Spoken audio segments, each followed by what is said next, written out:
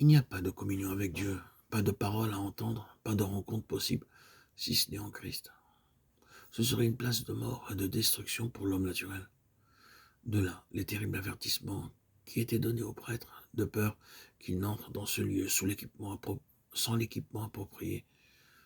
Cet équipement symbolique qui parlait de la mise de côté complète de l'homme naturel et d'un autre homme céleste le revêtant de robes célestes, des robes de la justice.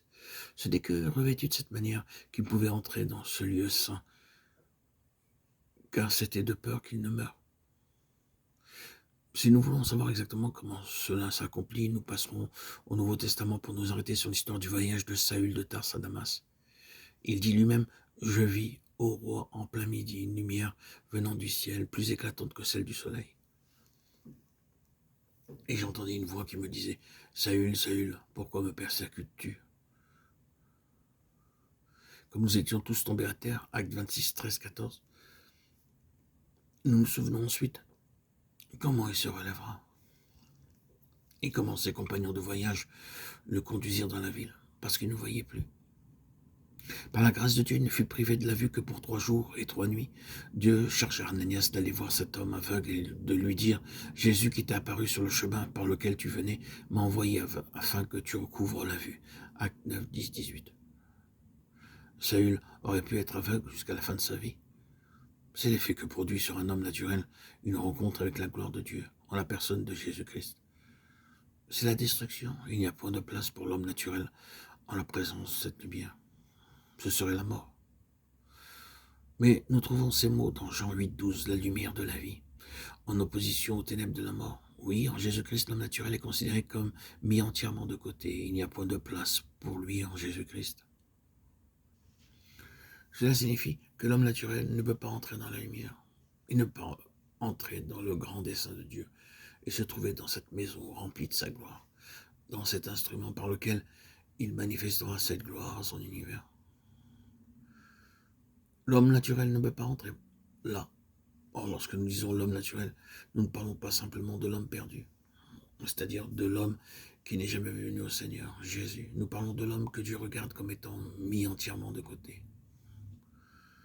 Or, l'apôtre Paul devait parler dans ce sens aux croyants de Corinthe, à des hommes convertis, à des hommes sauvés, qui avaient une connaissance de Christ, mais qui étaient pris de la sagesse de ce monde et de la puissance de ce monde, c'est-à-dire de la sagesse et de la connaissance naturelle et de la puissance qui en découle, et qui étaient disposés ou enclins à essayer de se saisir des choses divines, de les analyser, de les étudier, de les sonder dans ces lignes de la sagesse et de l'intelligence naturelle de la philosophie et de la sagesse de ce monde.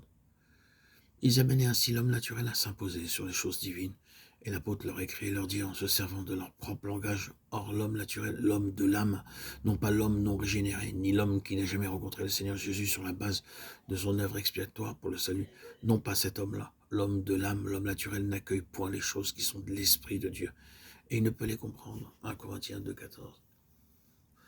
L'homme de l'âme, de la psyché, c'est l'homme naturel. La science la plus nouvelle de toutes les sciences, c'est la psychologie, la science de l'âme. Et qu'est-ce que la psychologie? Elle s'occupe de la pensée de l'homme. Elle est la science de la pensée de l'homme. Et nous trouvons ici ce mot « or ». Nous allons maintenant paraphraser ce passage parce que c'est exactement ce qu'il signifie. Or, la science de la pensée ne veut pas recevoir les choses de l'Esprit de Dieu. Et elle ne peut les comprendre. Cet homme est très intelligent, très intellectuel. Il est d'une éducation très haute. Tous ses sens naturels ont été amenés à un état très élevé de développement et de sensibilité. Cependant, cet homme reste en dehors lorsqu'il s'agit de connaître les choses de Dieu. Il ne peut pas. Il est en dehors.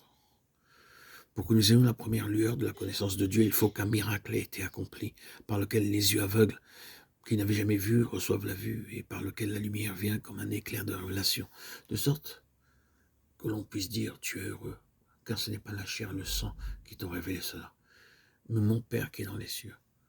Matthieu 16, 17. C'est là, déclaré un fait immense.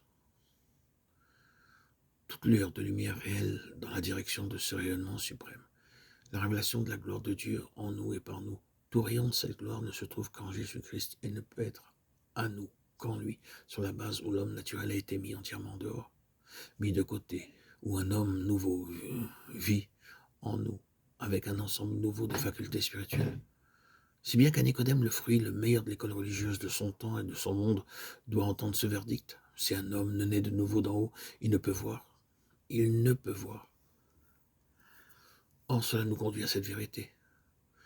Pour connaître les premières lettres même de l'alphabet divin, il nous faut être en Christ. Et chaque pas qui suivra restera la question d'apprendre Christ, de savoir ce que signifie être en Christ.